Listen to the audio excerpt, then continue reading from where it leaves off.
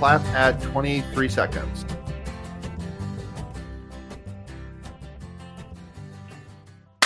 Whenever it's a non-round number, it throws me off.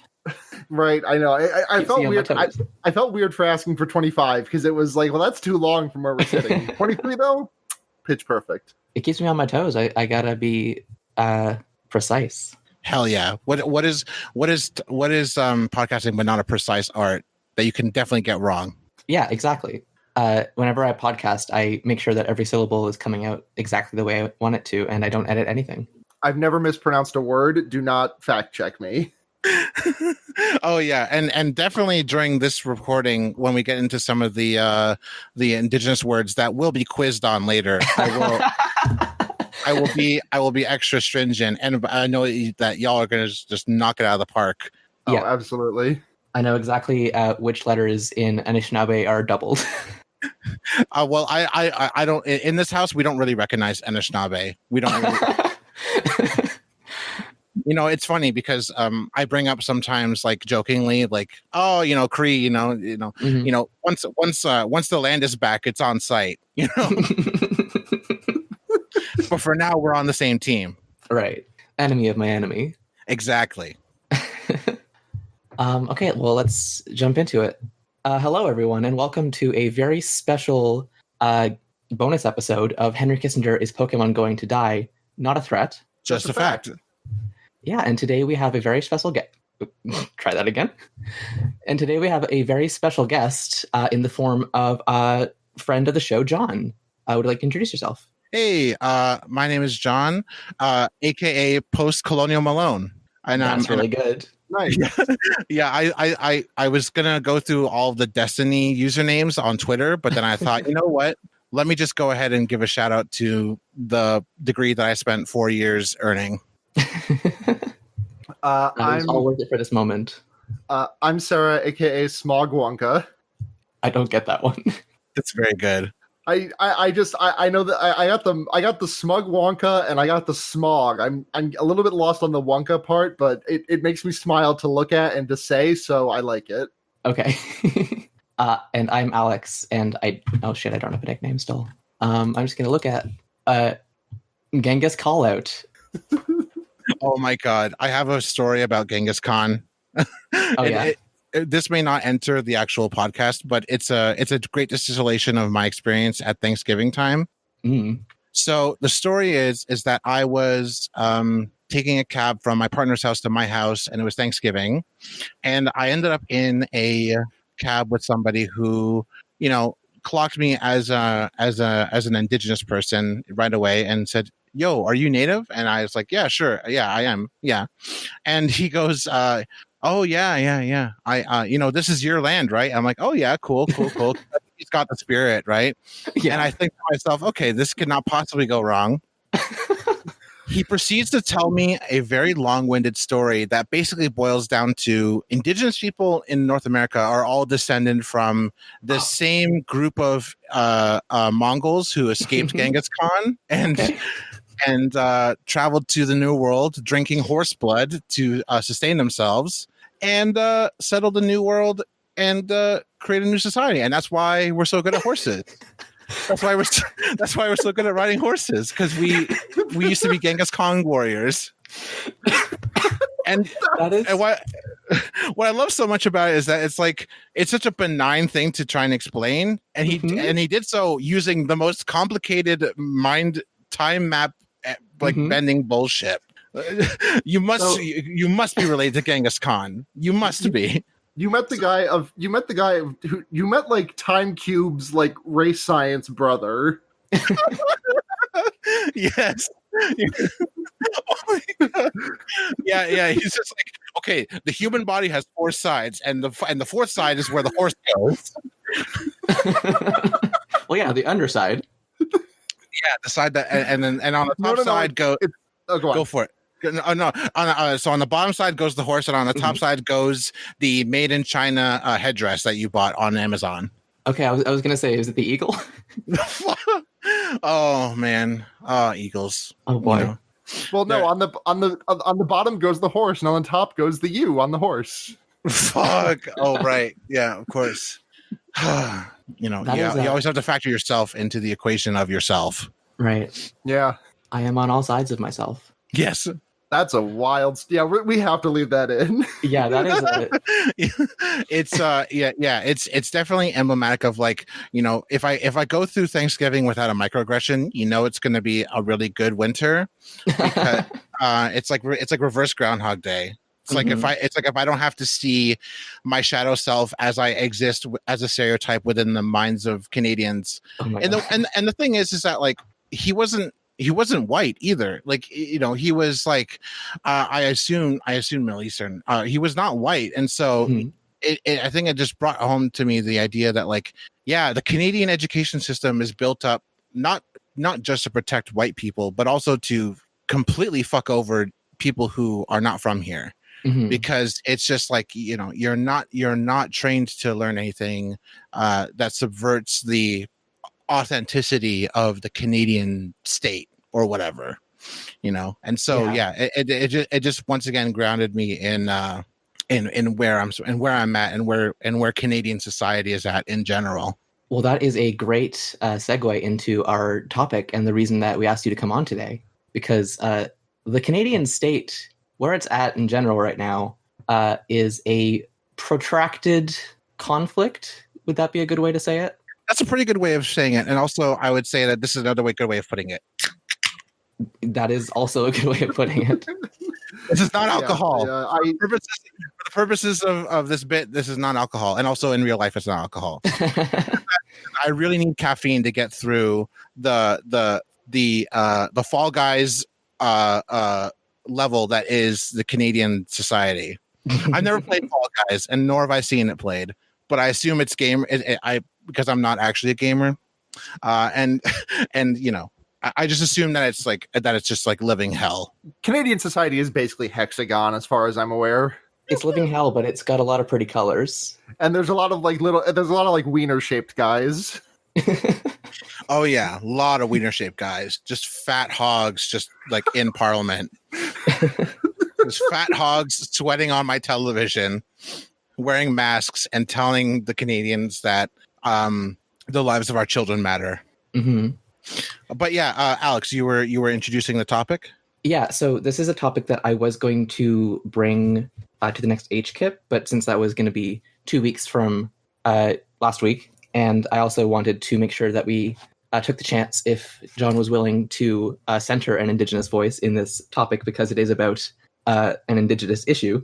The Six Nations situation, I don't know what exactly we'd call it. It's definitely like it's definitely a land reclamation. We're definitely playing we're playing Fortress. We're on 2 Fort, and it's the red team, who are coincidentally not the Indigenous people, versus the blue team, who are just Indigenous people who want to hold on to their land and protect what is rightfully theirs.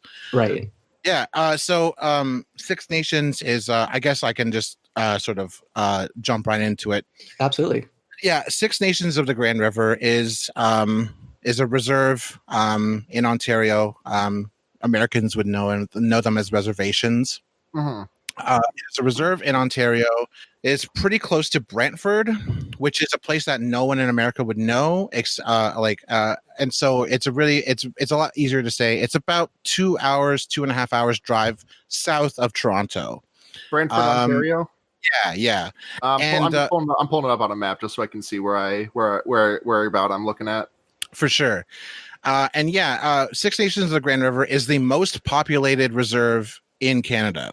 Mm-hmm. It is a reserve that has, I think, about 20 between 20 and 25,000 registered members, and I believe it was 27,000. Oh yeah. That makes sense. And I can go into a little bit about like how that sort of dynamic works, but essentially a large number of the people who are registered Indians under the Indian Act with this reserve actually live off of reserve, and that sort of brings me to my story. Yeah. So my mother is Oneida Nation and my father is Tuscarora Nation. Both of those nations, or tribes as you would call them in the United States, mm-hmm. Both of those nations exist within a larger confederacy called the Haudenosaunee Confederacy. Mhm. The Haudenosaunee Confederacy, or the Iroquois Confederacy, if you're A, French, or B, nasty, is Is there a difference? Well, actually, you know what? No. And I'm going to put them on blast right now. French people, you're on next time. If you're not wearing a yellow vest, it's on site, basically. And Quebec people don't count as French. I'm sorry, I just said it. Like, you're not distinct culture. There is no French culture in Canada. Fuck off. Get their asses. I will because now I have to. Now every time someone brings up Jamiroquai, I think of Iroquois and I think about Jamiroquai Indians, like that Travis McElroy joke, and I just like my fist balls. Oh God, did he say that? Oh Jesus. Oh yeah. He referenced the last of the Jamiroquai Indians. Yeah. Oh boy. Oh yeah, boy. Yeah. Oh yeah. We that'll be for the Travis McElroy takedown episode. That's gonna happen. We're just gonna have like just everyone's gonna submit like vocaroos of their like favorite Travis moment. Oh yeah, favorite, like in heavy air quotes. Yeah. Oh my gosh. Yeah. We could do that. But what was that's next? That's next week's episode. Absolutely. So the Haudenosaunee Confederacy are comprised of the Mohawk, the Onondaga, the Cayuga, the Seneca, and the Oneida people, and later the Tuscarora people. Oh, okay. This is East Coast. I didn't realize this was. Yeah. So I was like, those are Sarah. Yeah, this is like I'm pulling it up. I pulled up the map. It's like the Brantford is like, I don't know, like 2 or 3 hours by car from where I live. Yeah, it's surprisingly So close to the border. These are all names of nations that I've heard that I learned about when I was a kid, when I was a youngin in school. For sure, and to that point, Haudenosaunee territory was originally in upstate New York, a little bit of Wisconsin area as well. Never really landed on the New York Island, so unfortunately, we don't have a claim to that. But the Tuscarora are actually from, I believe they're from North Carolina. But they were actually displaced by another nation, I believe, and they were adopted by the Haudenosaunee Confederacy in 1715. Mm-hmm. The Haudenosaunee Confederacy, by all accounts, has existed for a very, very, very long time. Estimations between elders, accounts of the founding of the Confederacy, and also like astronomical accounts place it as either the mid 15th century or like the mid 12th century. That's about as far back as it goes. But the Haudenosaunee Confederacy is essentially the oldest existing direct democracy in North America, which is very much sort of like acknowledged acknowledged begrudgingly by some of the American founding fathers. Yeah. The American bald eagle is a symbol that comes from Haudenosaunee spiritual beliefs. The presidential seal with the arrows in the, I believe it's the right claw. That symbol of arrows bundled together comes from the creation story of the Haudenosaunee Confederacy. Oh wow! And yeah, a lot of, and essentially the idea was with the Confederacy that there was a historical figure by all accounts, but not very much is known about his personal life. His name, he went by the Great Peacemaker, and the Great Peacemaker was a figure who actually was not a member of any of the Five Nations originally. He was, I believe, Huron, and he actually brokered peace between, at the time, the Five Nations, and demonstrated the importance of unity by breaking 5 individual arrows and then trying to break 5 arrows bundled together and not being able to. This was also somebody who was able to apparently he was sort of like a John Bunyan type figure. He was reportedly quite formidable and strong. And so for him not to be able to break the 5 arrows, it sort of demonstrated to the then 5 warring nations that if they were to survive, if they were to thrive, they were not going. It was important for them to be unified and not be separated. Mhm. And when the colonies were coming together, that image and symbol of arrows being grabbed together and held together in unity was, was adopted by the people who were founding the country. So, Right. Okay. I never really thought to question where the symbols on that came from, but that does, I guess, make sense that early settlers were like, well, this looks cool. We got 13 of us. Let's just slap 8 more arrows in there, and yeah, that's us. Yeah, we're 8 plus better. We got a plus 8. It's the Nedroid comic. You made this, I made this, and I just stamping it on everything. Absolutely, and to that point, the American Revolution comes around, the War of Independence comes around, and the Haudenosaunee people who were allied with the British, fought alongside them and tried to fight against the colonies, Mm-hmm. and that's a very complicated sort of chapter in history in the sense that, in the sense that there was a lot of internal struggle within the Haudenosaunee community on whether or not they would join any side, and Right. in the end, it sort of became apparent that the British were going to offer them possibly a better deal, and that was kind of how it ended up boiling down to. And so, War of Independence happens, America wins, yay America, score 1 for the good guys. The Haudenosaunee people then who live in America ostensibly are kind of caught between a rock and a hard place. They're like, well, we definitely were British allies, so it's not going to turn out very well for us at all. And so what happened was they were basically relocated from upstate New York and from that general area to Quebec and southern Ontario. And basically that's where you get reserves all along the border.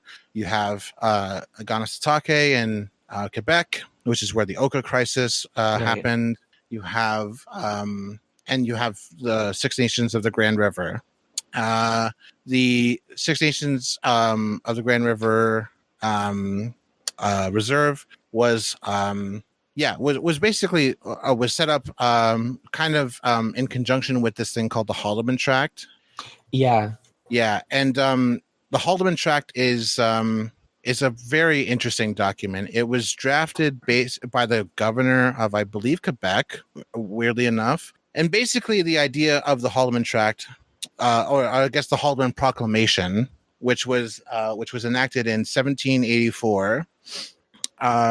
Frederick Haldeman, the governor of the province of Quebec, granted the Haudenosaunee, or as they're referred to in the document as the Mohawks and Mohawk Indians, and their I believe it's their other like tribes. Okay. But yeah, it's he couldn't be bothered to learn all the names. Yeah, no, I don't think so.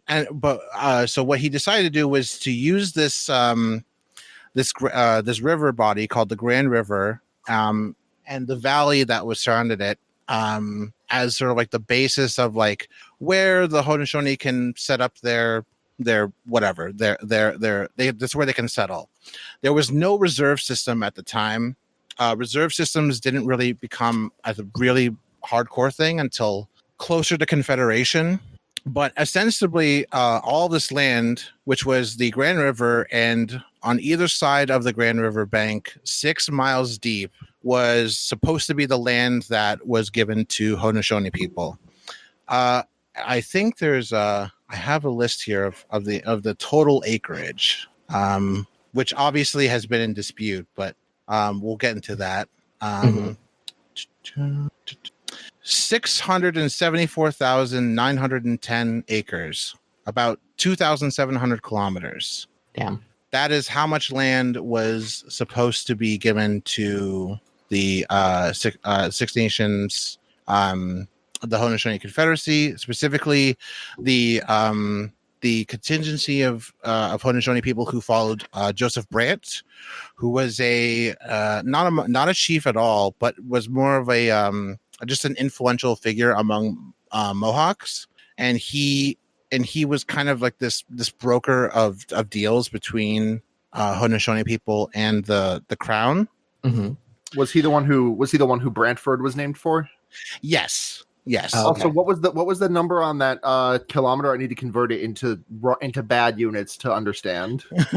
In kilometers, it's 2,731.3 square kilometers. That's a lot. Oh yeah.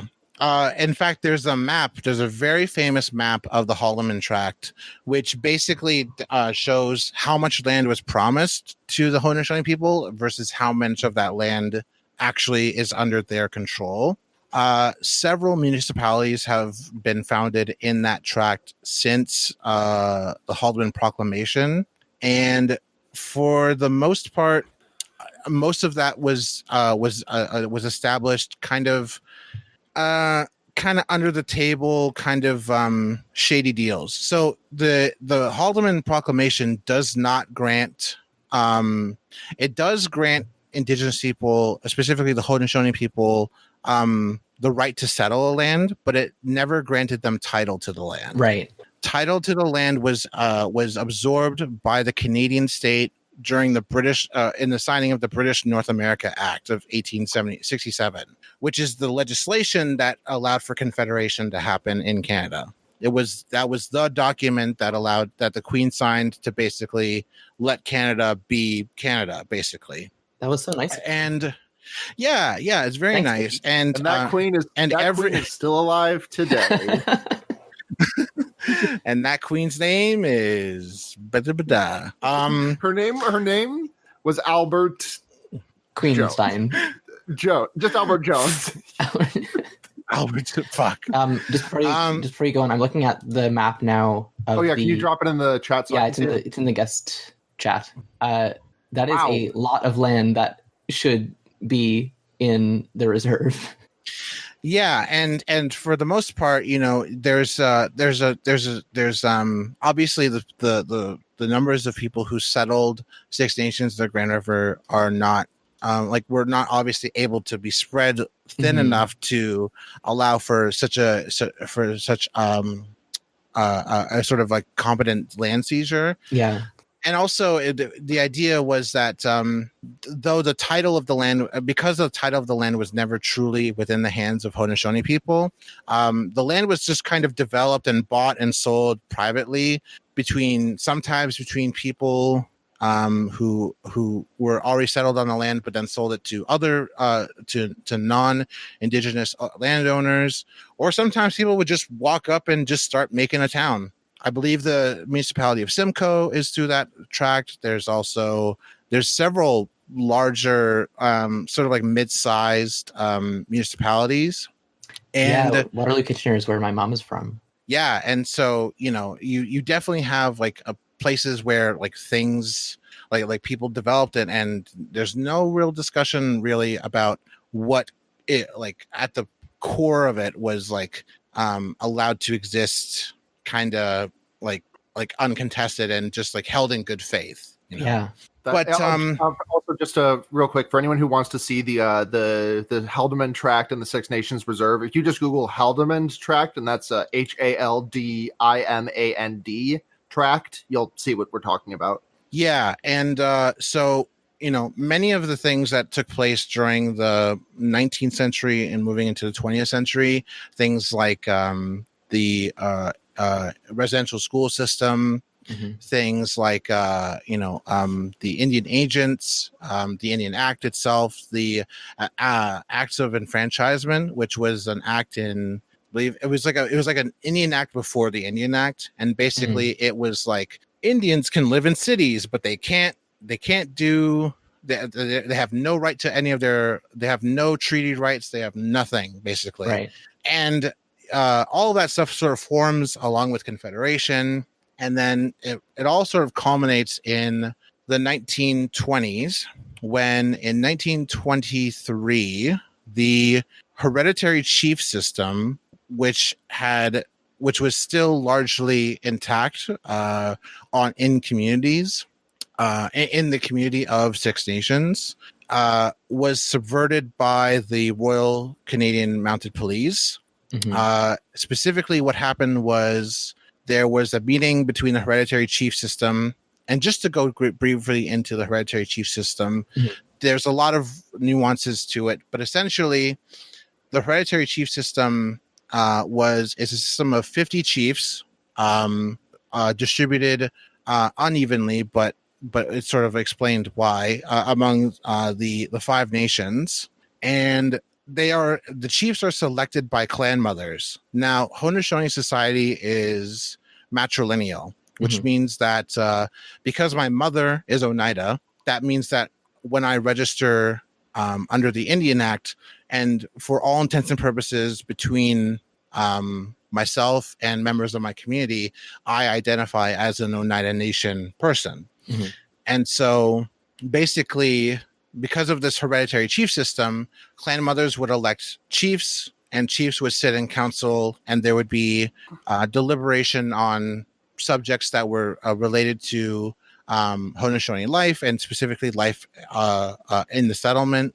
And it was really like the foundational democracy that held together the Six Nations basically since the Haudenosaunee Confederacy was founded. And in 1923, the RCMP broke into the council chambers of the hereditary chiefs, took the wampum belts that they had used to practice their version of law, and the wampum belts were essential in allowing them to articulate the law which had governed not only their relationship to each other, but the relationship between themselves and other indigenous groups, like the Delaware people, who they later adopted, and the Tuscarora people, but also the treaty that they had established with the British government, the American government, and the Canadian government. And the RCMP took these wampum belts and locked the doors and chained the doors shut of the hereditary chiefs council meeting place. Jesus. This was done basically in retaliation to, well, a lot of things. But one thing that did happen was there was a Cayuga chief whose name was Discahe. Discahe was he was a hereditary chief. He was a member of the Cayuga Nation. I believe he was a member of the Snipe clan, but someone will have to fact check that for me. Discahe was very adamant about how the RCMP had already started to encroach on his land, and how Indian agents had already started to police and over scrutinize indigenous people who were living in the settlement. Like there was even incidents where RCMP would and Indian agents would stop indigenous people from cutting wood for fuel, and would tell them you can't cut wood for fuel, but they would let non-indigenous people cut wood for fuel. Yeah. And he was very adamant about how fucked up the situation was. And so he actually planned a trip to the League of Nations, where he was hoping to grant an audience with the newly formed League of Nations and essentially petition for action in solidarity with and recognition of Haudenosaunee people as distinct from Canadian society. Discahe never really ended up being able to go to Europe because his Haudenosaunee passport was never recognized. And to this day, Haudenosaunee passports, which are issued under treaty, are not recognized. Very famously, in the 2010s, there was a team of Iroquois lacrosse players who wanted to go to England to participate in a tournament. Lacrosse is a game that was given to Haudenosaunee people by the creator. It was a medicine game originally that was used to sort of heal people who were returning from war and heal people who were returning from residential schools. And to this day, Haudenosaunee people have to fight for their right to play lacrosse internationally. Even though it is an internationally renowned sport, they still have to fight for their spot on many tournaments and in many sort of tournament situations. Right. And so Discahe was not able to make it to Europe, and he lived out the rest of his life in a reserve in New York, and I believe it was near Rochester. I'm not entirely sure, but he wrote speeches basically decrying the Canadian state and saying, making very bold declarations about how Canada was this thing that had encroached itself upon Indigenous people, and that there was no amicability, and that despite the fact that Haudenosaunee people were constantly giving concessions to the Canadian state, there was never any give from the Canadian state. This is a quote I have from him. This is a speech that he made on the radio on March 10th, 1925. Over in Ottawa, they call that policy Indian advancement. Over in Washington, they call it assimilation. We who would be helpless victims say it is tyranny. If this must go on to the bitter end, we would rather that you come with your guns and poison gases and get rid of us that way. Do it openly and above board.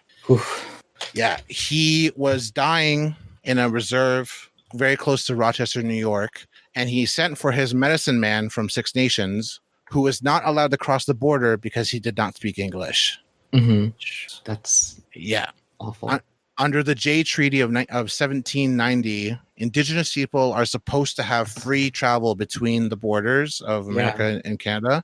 But 1920, 25, maybe 27, there was a lot of contention about espionage, and there was a lot of fear around people being able to sneak across borders, and America was still very isolationist at the time, so they stopped him.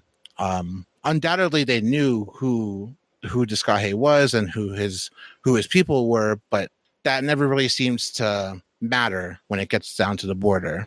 Yeah. Feasibly, I should be able to visit New York anytime I want, but I cannot, sort of depend on that because, first of all, I have to register under the Indian Act, which I'm currently not registered under. So in the eyes of the Canadian government, I am not an Indigenous person. I am considered a non-status First Nations person, which means I am not privy to any treaty rights established or negotiated between Canada and my particular band. Right. So after the RCMP took the wampum belt from the hereditary chiefs and locked them out of their council chambers, they established the elected band council of Six Nations, which was essentially a municipality within Six Nations that would function as kind of the de facto government. And so because reserves are not provincial land, they're actually federal lands under the British North America Act. These councils are kind of they're the middleman between the federal government and the people who live on Six Nations. And a lot of the quote unquote funding that comes to any community comes through the band council. Yeah. And so since 1926, there's been an elected band council on Six Nations of the Grand River. And because this government has never truly been in line with the hereditary chief system, which many people still acknowledge and see as the legitimate rulership of and the legitimate authority on Six Nations. Right. Historically, elections have had tremendously low results on Six Nations territory. Yeah. I believe in 2013, less than 2,000 people voted. Yeah. And I feel I feel like I've heard about this band in recent memory. I'm sorry, I'm just kind of grasping at a straw here, but I feel like they said something about the protests around the Wet'suwet'en land last year. So earlier this year. So yeah, that's because the band council system is in place throughout Canada. Yeah, and it, like this example, it is often, or if not always, kind of a illegitimate middleman government that doesn't actually reflect the people. Okay, I was just curious if that was like the same thing. Same systems, same Indian act, same great act that we love. Yeah. Yeah, it'll be the great and final act of us all.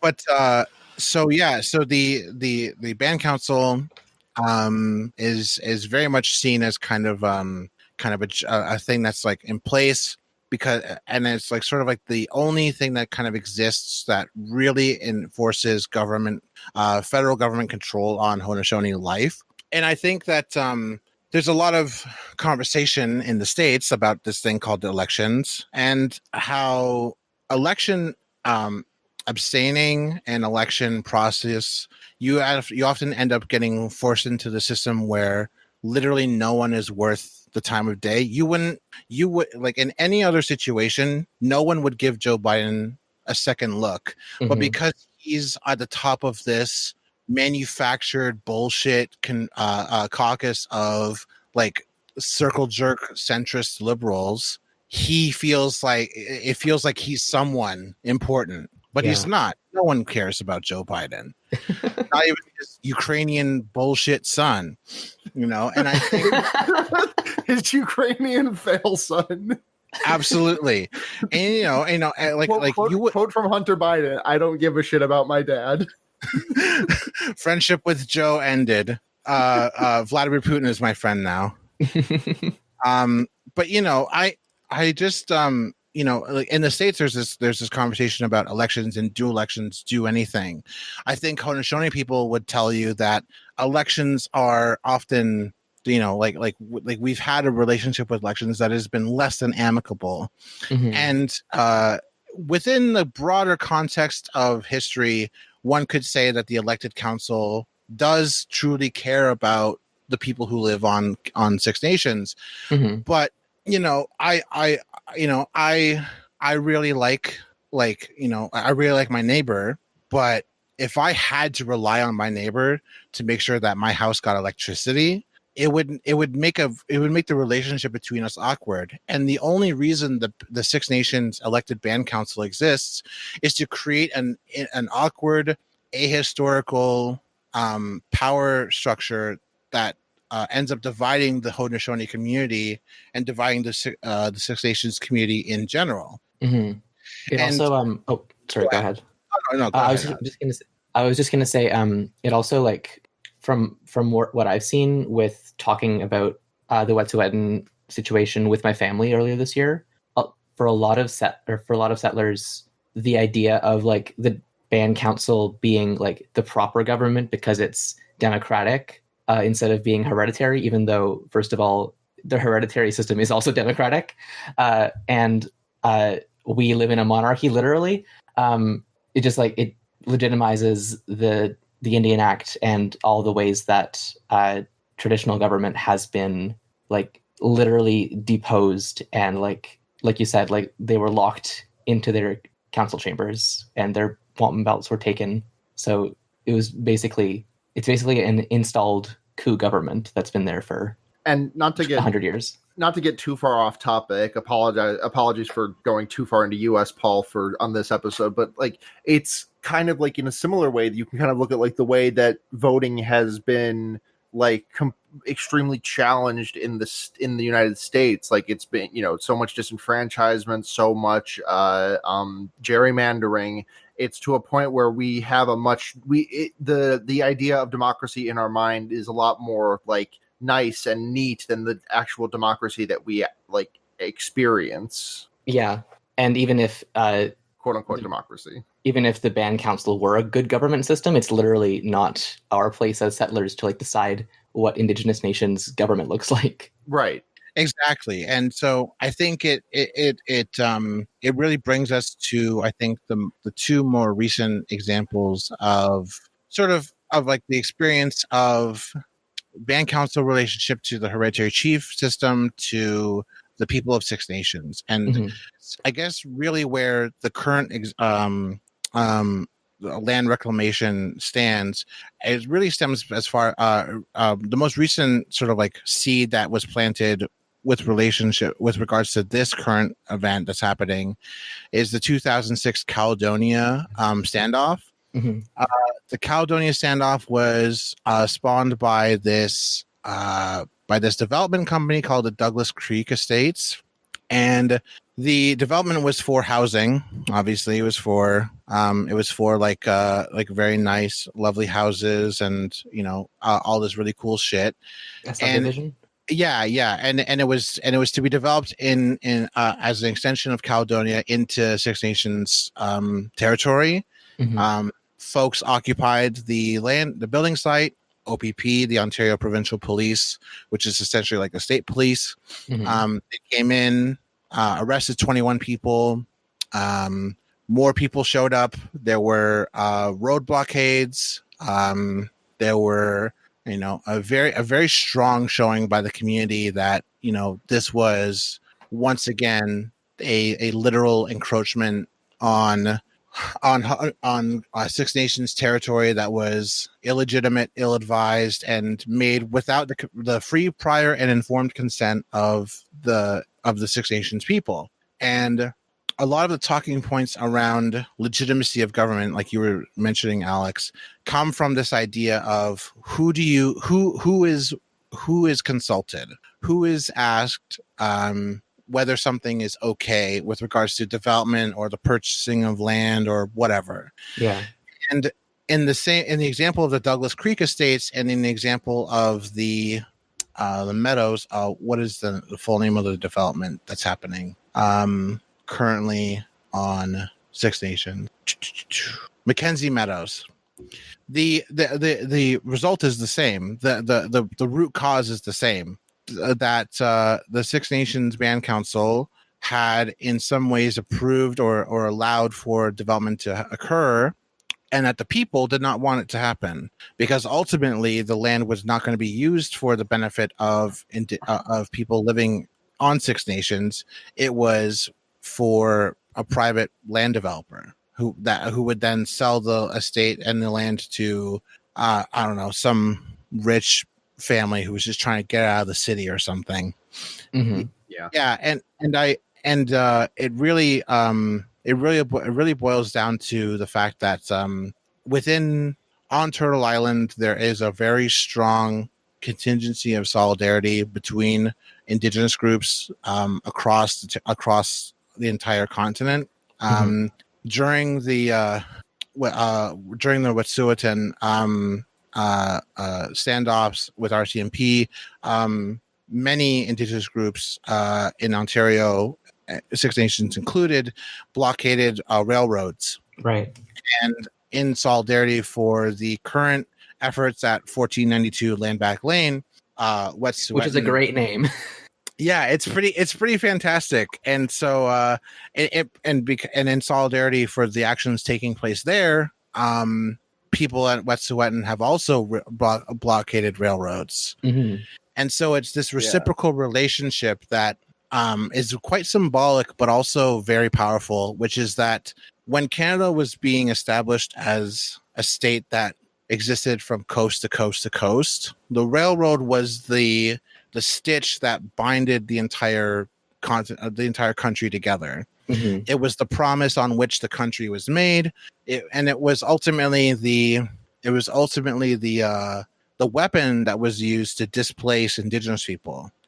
Indigenous communities that were placed alongside key routes, especially in Manitoba, which is the province just west of Ontario.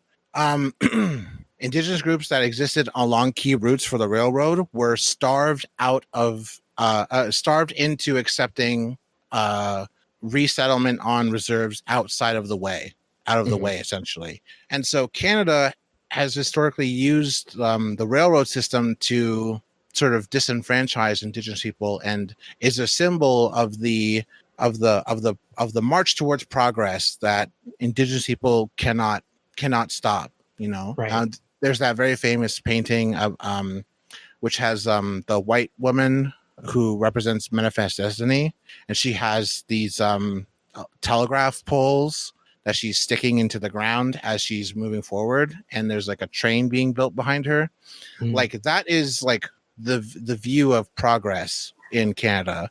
And so to disrupt train lines is to really bring home the fact that Indigenous people have not forgotten what it took for us to get to this point where all of these treaties, all of these promises, and all of this and this relationship that was supposed to sustain life and keep things in harmony was broken. Yeah. Mm-hmm. And the fact that Indigenous people remember is because it's tied into our perspective about the future, which is that not only must we remember the past, we must make actions today that will impact not our children or their children or their children, but 7 generations of children in the future. Yeah. Yeah. And when you think about the future in those terms, it's really a lot easier for you to justify and to see the clarity of getting up, going out and doing something to stop this march towards quote unquote progress. Yeah. And even in very localized and small ways, I think that it sends a powerful message. The Premier of Ontario, Doug Ford, has made statements about how it's about living together. More like Sorry, Doug Turd. All right, spirit's there. He's got the spirit. Listen, the best I can come up with besides that is Doug Board, and that's not really as scathing as I'd like. More Doug Board of Canada. Doug hoarded all the resources. Fuck. Music has the right to Douglas. Fuck. Oh, I was really hoping to get Sara this episode. Which is what I refer to when you say things that are so cursed, but yet I love them so much. But yeah, Doug Ford has made statements about how it's about I have tremendous respect for Indigenous people, but it's about living together. You can't just go throwing things and making a big fuss. It's very disturbing to see this trend happen. God, I hate I am less because Doug Ford is not on Twitter as our wet president. I am less exposed to the stupid and awful things that he says. So they hit that much harder when I am exposed to them, because that just makes me very mad. I have great news for you, Sara, on the Doug Ford front, which is that in response to the entire defund the police movement happening, and also specifically the OPP being in the news for brutalizing these land defenders, we're gonna add 200 more officers to the OPP. That's what he said to do. I have now. I know I made this joke last episode, but I have now had the face app smile just slapped right on me. I love my wet premiere. Oh. Anyway, sorry, John. Go on. He is very wet. And more Slug Ford. Okay, there we go. We got there. Dig my own grave, Ford. Anyway, nice. Dug my own grave, Ford. There we go. Dug my own grave, Fordnite. Well, that's going to be the name of this podcast once, guys. Dug my own grave, Fortnite. Sorry. Hold on, I have to write that down. That's for the episode title. Yes. It's my dream to name a podcast. You've done it. So, moving to 2019. Yeah. Back to 2013. This is from the realpeoples.media website, a great resource for all things Indigenous struggle related. Mm-hmm. If a country seems too good to be true, look into what they're doing to their Indigenous people, because you might be you might be shocked to see what's happening.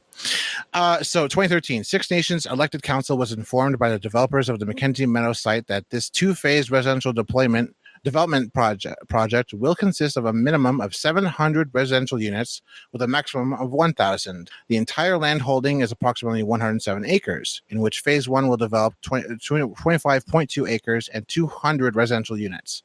This was not supported through the community and therefore declined. The proposed deal was to see $1,250 per residential unit being paid to a dedicated purpose account for the construction of Gawinyo Private School. minimum of 700 residence units up to a maximum of 1,000. In 2019, Six Nations of the Grand Council says that it has accepted an accommodation deal with a developer building 2 new housing projects in Caledonia. Ballantree Homes has given 42.85 acres of farmland and $352,000 to the Six Nations elected council as part of the accommodation deal to approve 2 housing projects, BD's Estates and Mackenzie Meadows, on the east and west coast of the Mackenzie Road in Caledonia.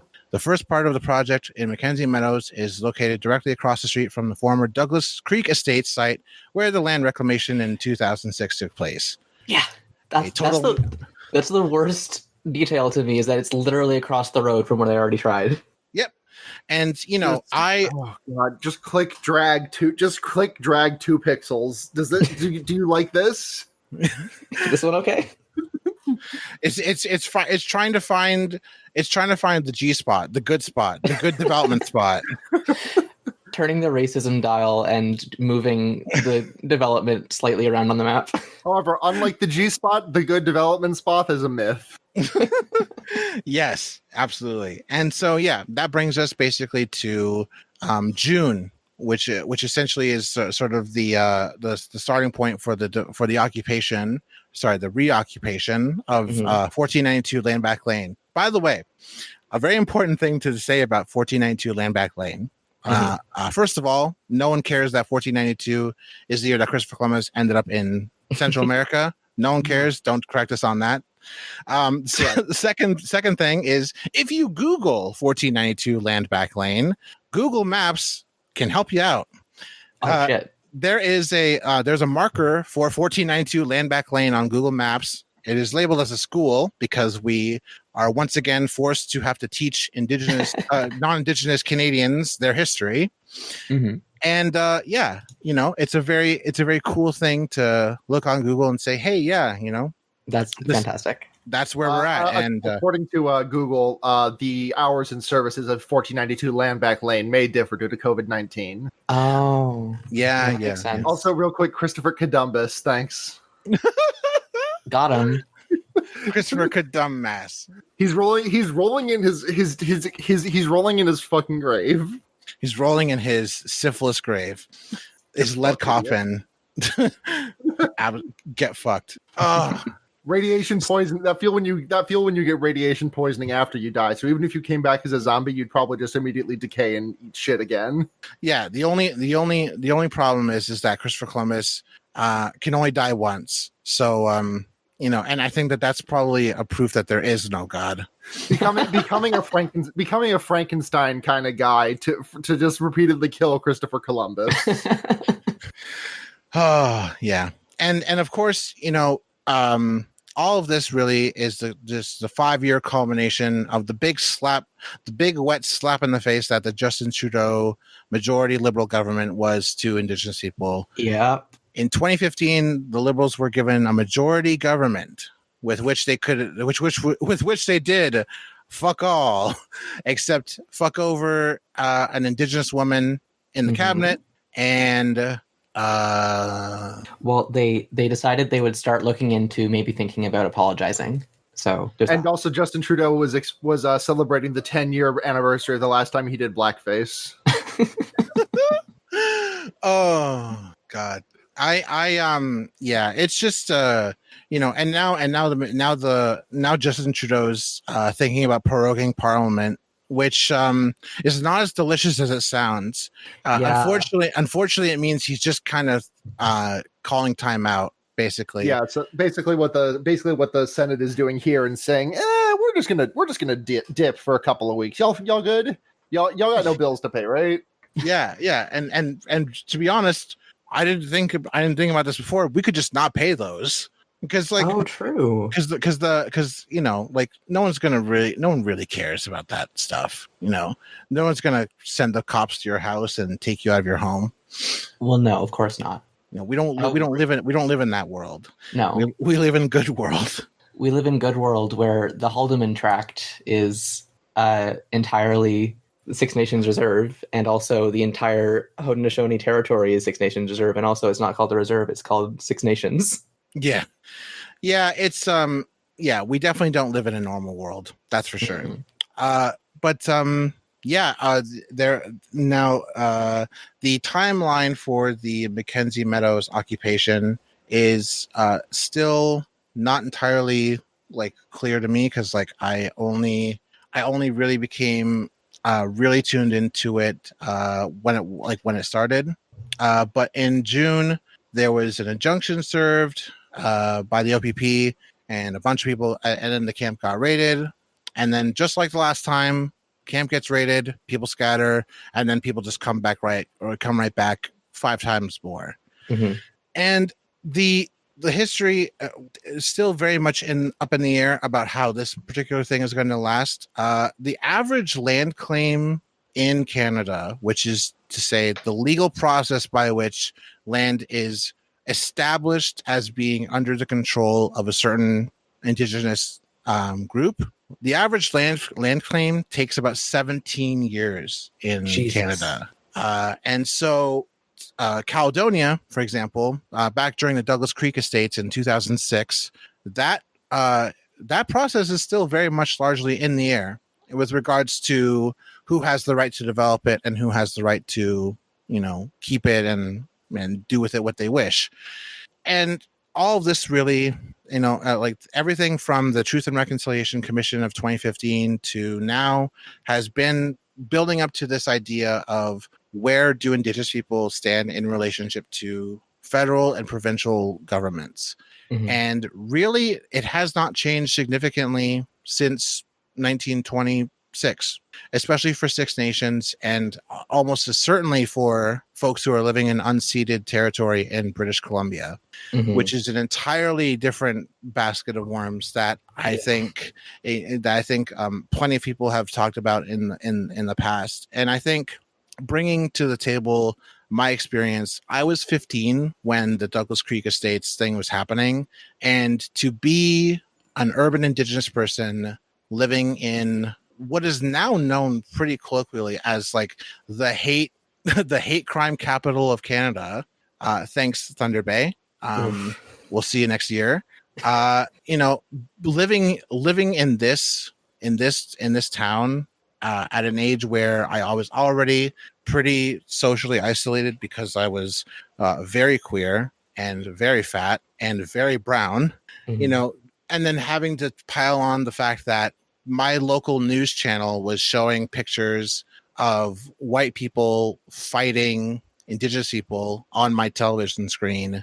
And the framing of the issue was, the Indigenous people are trying to make a statement about their land, and it's getting a little out of hand right here. It's the kind of thing that would really drive you to just completely check out of society, really. Yeah. But the thing is that when you're Indigenous, there is nowhere to hide, because you're always going to be the one Indigenous person, or if you're very lucky, you get to be not the only Indigenous person, but the very articulate Indigenous person, the one who's able to speak good and went to school.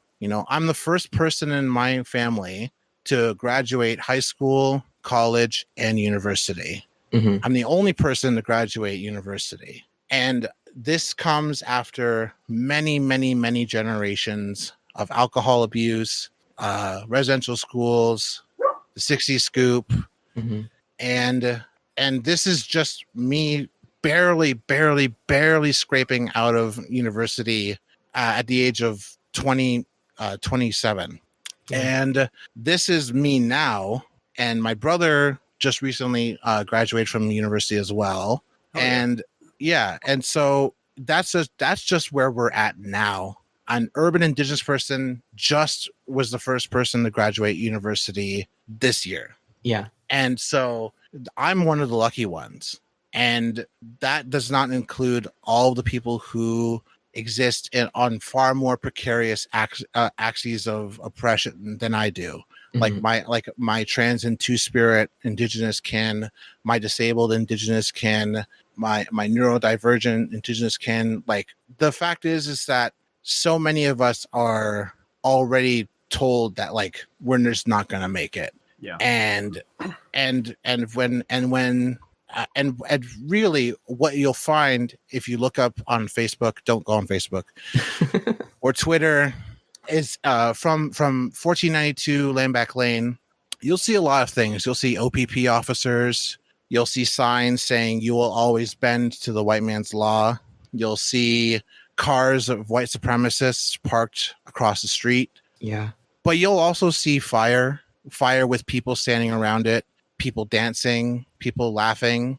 There were lacrosse games quite recently. Yeah, I saw that. That was really cool. Yeah, and you'll see people, expressing solidarity with each other, and you'll see families come together.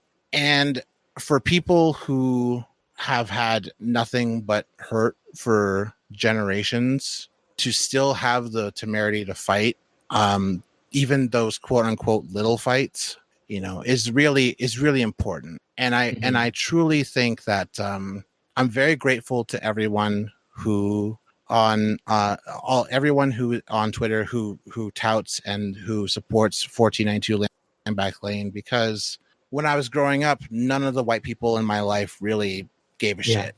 And that's just the truth. And really, how could they have even been given a chance to even know about it? Because it's not in the interest of the government for them to know about it. Yeah. And so, and I'm really quite, since I've sort of become more politically conscious and more politically aware, being able to see people, especially on the left, sort of express solidarity with this kind of niche, but ultimately very important to me battle is very good.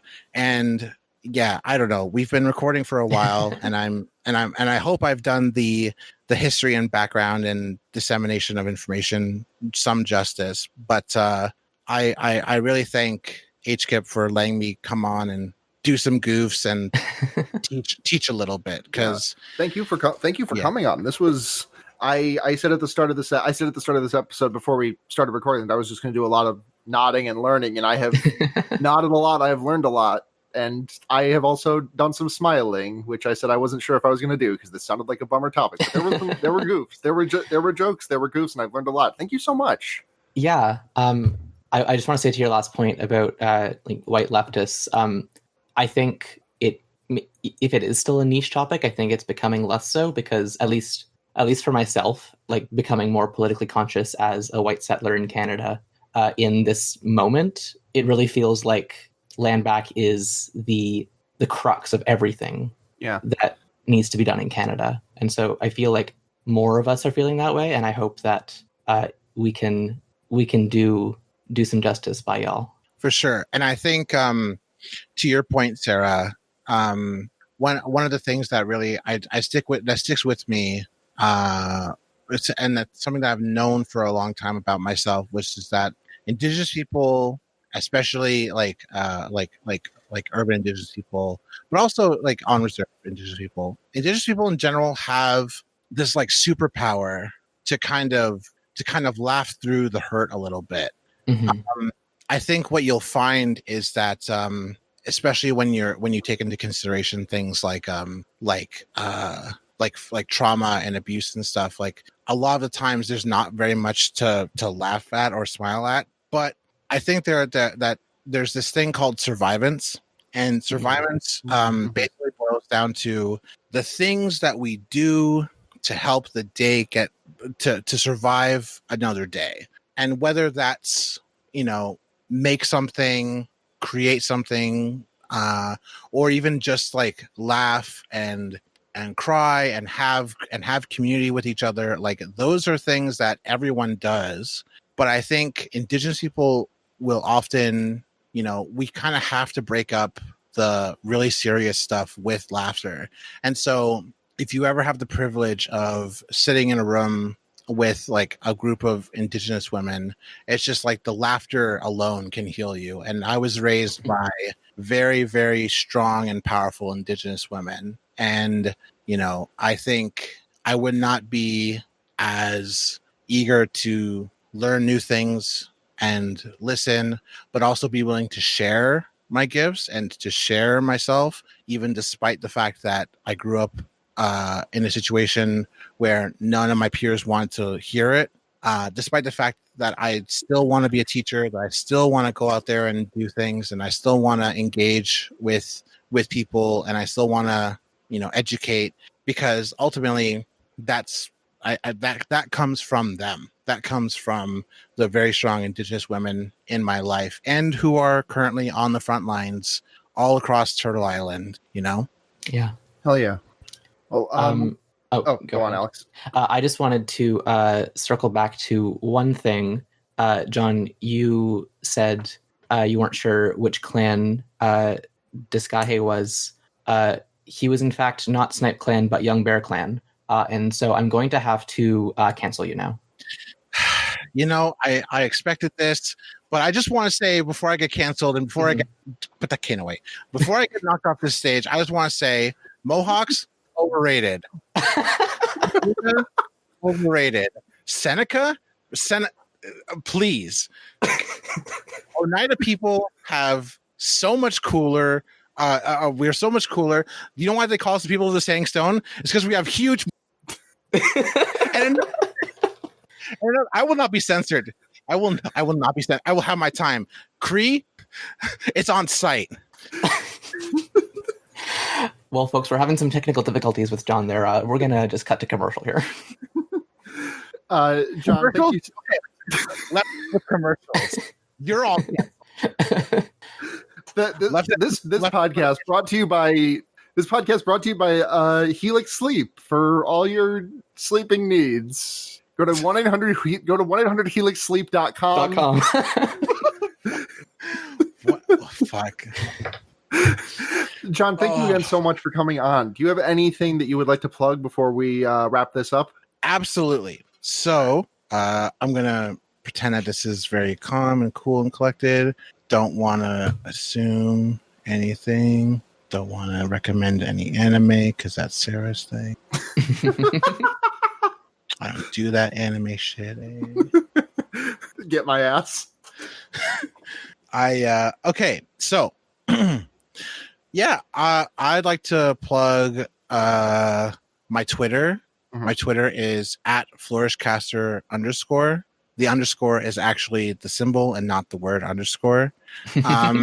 Follow me on there for all cool, fun stuff. Or are we doing Lightbringers? Because I have a Lightbringer. We can do Lightbringer. Absolutely can. Awesome. So, let's see. I have 2 Lightbringers. The first Lightbringer I have is Watch Dorohedoro. Just flat out, Dorohedoro is great. It's very fun. It's healing. There's food, and there's a big lizard man, and it's very good. Yeah, you are not immune to giant lizard man. No, or you are not immune to giant muscular woman. If I it's got giant muscular woman in it. Yeah, it's got 2 of them. For real? It's got the best tall muscular woman in all of anime. Yeah, honestly, like she is. 420. 420. Happy Weed Minute. Happy Weed Minute. Okay, I'm just gonna type this one out. Oh yeah, I'll take a second. And I'm not straight edge, but I will wish people a Happy Weed Minute anyway. Well, I am straight edge, so I will. You got owned. Fuck. Alex got. I got stick bucked. Beautiful. So that's my good Lightbringer. The second Lightbringer I want is, if anyone wants to know any more information about Indigenous people or Indigenous people and their relationship to colonial governments, there's a filmmaker. Her name is Alanis Abomsawin, Alanis, and she is Canadian. She's a documentarian. She's made incredible and very important films that explain sort of like how things got so fucked up. She focuses on Canada, but also she does include a lot of American stuff. Her claim to fame is a documentary called 270 Years of Resistance, which is about the Oka crisis. And but the documentary that I think would be really helpful to people who are new is Trick or Treaty. It is a documentary about treaties and how they were made, broken, and distorted to benefit settler society. So watch Dorohedoro, and if you want to get woke, check out Alanis Abomsawin's documentaries. Nice. Alex, do you have a Lightbringer? I didn't think of one. I can One thing that is I've got one if you want. Okay, you go ahead. I started playing Dark Souls 3 again. It's a good fucking video game. It's like it looks really good and it plays really good, and it's like less clunky than the other two Dark Souls games, and it feels like they learned a lot. They learned a lot from Bloodborne and learned a lot about what players like to do in Bloodborne, and it's a good video game and I love it. That's my Lightbringer. Hell yeah. My Lightbringer is a little podcast you might have heard of called Friends at the Table, which I finally started listening to. Oh hell yeah. Started with their 3-episode Fall of Magic arc, which is a very kind of beautiful tone piece dream logic game that they play. And the ending made me almost cry. Yeah, I hear Friends at the Table does that a lot. Yeah. Hell yeah, I love crying. That's gonna do it for this special episode of Henry Kissinger's Pokemon Going to Die. Again, John, thank you so much for joining us. This was incredible. I had a great time doing this. Yeah, thank you so much. So much for having me. And I would love to be on again. If there's any specific Indigenous issue thing that you need a special correspondent for. I mean, you can also come on for other things. Oh man, I definitely want to get that on tape because I want to hold you to it and be like, and come back in a year later and be like, hey, actually, haven't been on. Awkward.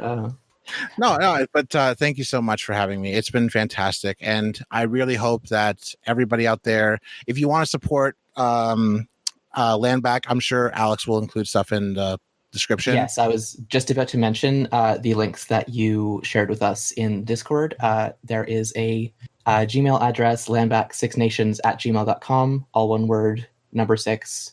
And you can e-transfer or PayPal them for some help with legal defense funds. Hell yeah, because GoFundMe almost shut down their legal defense fund, so that could happen at any time. So if you want to send them direct support, hit them up at that Gmail account. All right. We can be found on Twitter at HKIPGTD. That's us everywhere. I'm not going to do this. Is like I don't think I'm going to do the Patreon read this episode. Yeah, no, let's not. This is going to go up on the Patreon, but it'll be available for everyone. Yeah, it's a free one. So you can find me on Twitter at Sunhatzhenya, SUNHATZHENYA. Oh no, I just spilled all my estrogen on the floor. I need to pick that up. that moment.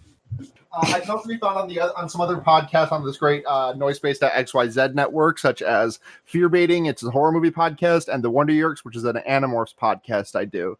John, I ping me once, ping me like in the middle of October, and I will set up that episode with you for was it Blood Quantum? Yeah, it's an indigenous horror movie about zombies and about biological warfare. It's very good. I've heard good things. Oh yeah. Thank you to the Taxpayers for the use of our intro music, Evil Men off the album Cold Hearted Town. Thank you, Matt GameCube, for the noisespace.xyz network, which this and so many other great podcasts are hosted on. I think that's it. I got to pick up my estrogen. Gravity, transphobic. So true. I never thought of it that way. Wow. All right, bye. Wait, Alex, Bye. Alex, wait, your links. I can't hear you. I'm wearing AirPods. You guys, Bye. bye.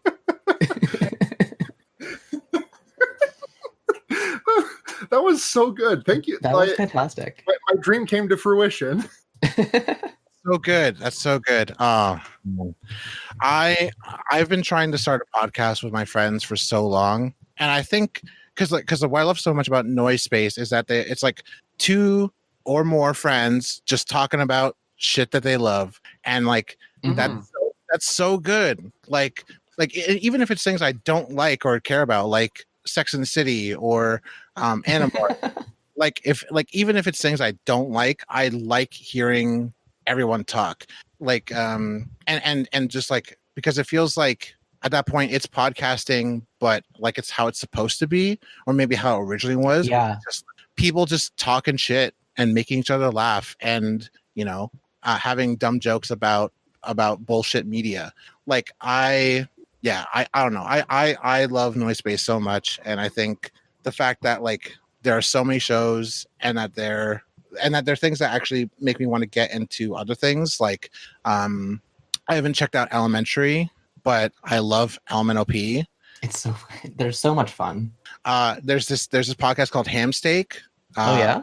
Yeah. It's all right actually. It's pretty, like, hosts are okay, but Homestuck, man, they really sell the heck out of it.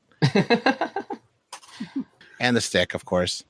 Have you checked out the Monster Factory Dark Souls 3 videos? I haven't. Sarah? I'm saving that for. I'm probably gonna tuck into that one tonight. They're very good. They are so upsetting and so good, and those two brothers, they're the good ones.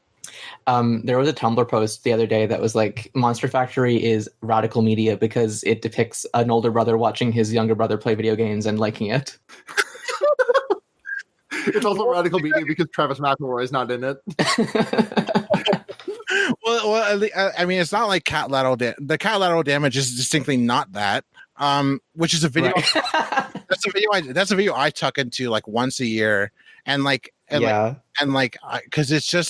it's the perfect distillation of like older brother and younger brother being held hostage by the younger brother, and as someone who has a younger brother who's only 1 year younger than me, I can relate, because it's hard to feel like the older sibling when you have someone who's just like 1 year younger than you walking around behind you. Yeah. I am technically the older sibling, but if you took me and my sister and put us in a room together, you would not know it. I'm the older sibling, but when I was, I guess, like 13 and my brother was 7, he was already better at Star Wars Battlefront 2 than me, so it was interesting dynamic video game wise. And that little brother's name, Ninja Fortnite. Welcome to Sim Bling Bling. It's a podcast about older siblings and all the shit that we had to go through for the betterment of our family. Ninja Leaf Crunch. Thank you, Mark. Fuck. Ninja Leaf Crunch. We love it. Maybe one day. Gazes up wistfully at my. I'm inhabiting a character who wants to marry Ninja in this scene. Okay. You want Ninja to change his last name also? Of course. Ninja Leaf Crunch. You know, that might actually save gaming. I think it would. If Ninja becomes a Leaf Crunch? Yeah, if Ninja just like Ninja, it becomes a total and unabashed simp for Alex. Oh, God. And completely comes correct about everything in the past, and then personally fights Joe Rogan in the streets. I mean, I would accept it if it had that outcome. Then I guess I would marry him just for like the betterment of the world. Guess I'll die, boys. Guess I'll marry Ninja. It has to be this way.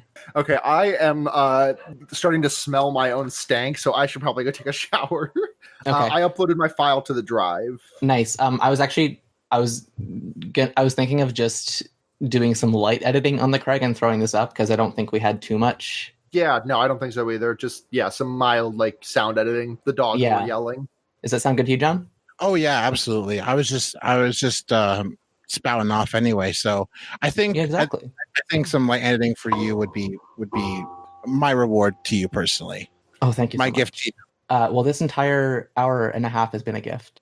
Yes, this is really thank great. you so much. And it's been so nice to talk to y'all outside of like text chat, and it's been real and it's been nice. And I really hope to connect and infiltrate and continue my parasite like worming into the Noise Space family. Your Parasite 2019 film like worming into the Noise Space family. Exactly. My own grave Fordnite. It's still funny, so it has to be the episode title. Yeah. We'll be laughing about that for the next hour. All right, I'm gonna dip. See you. Bye, Sarah. Take Sarah.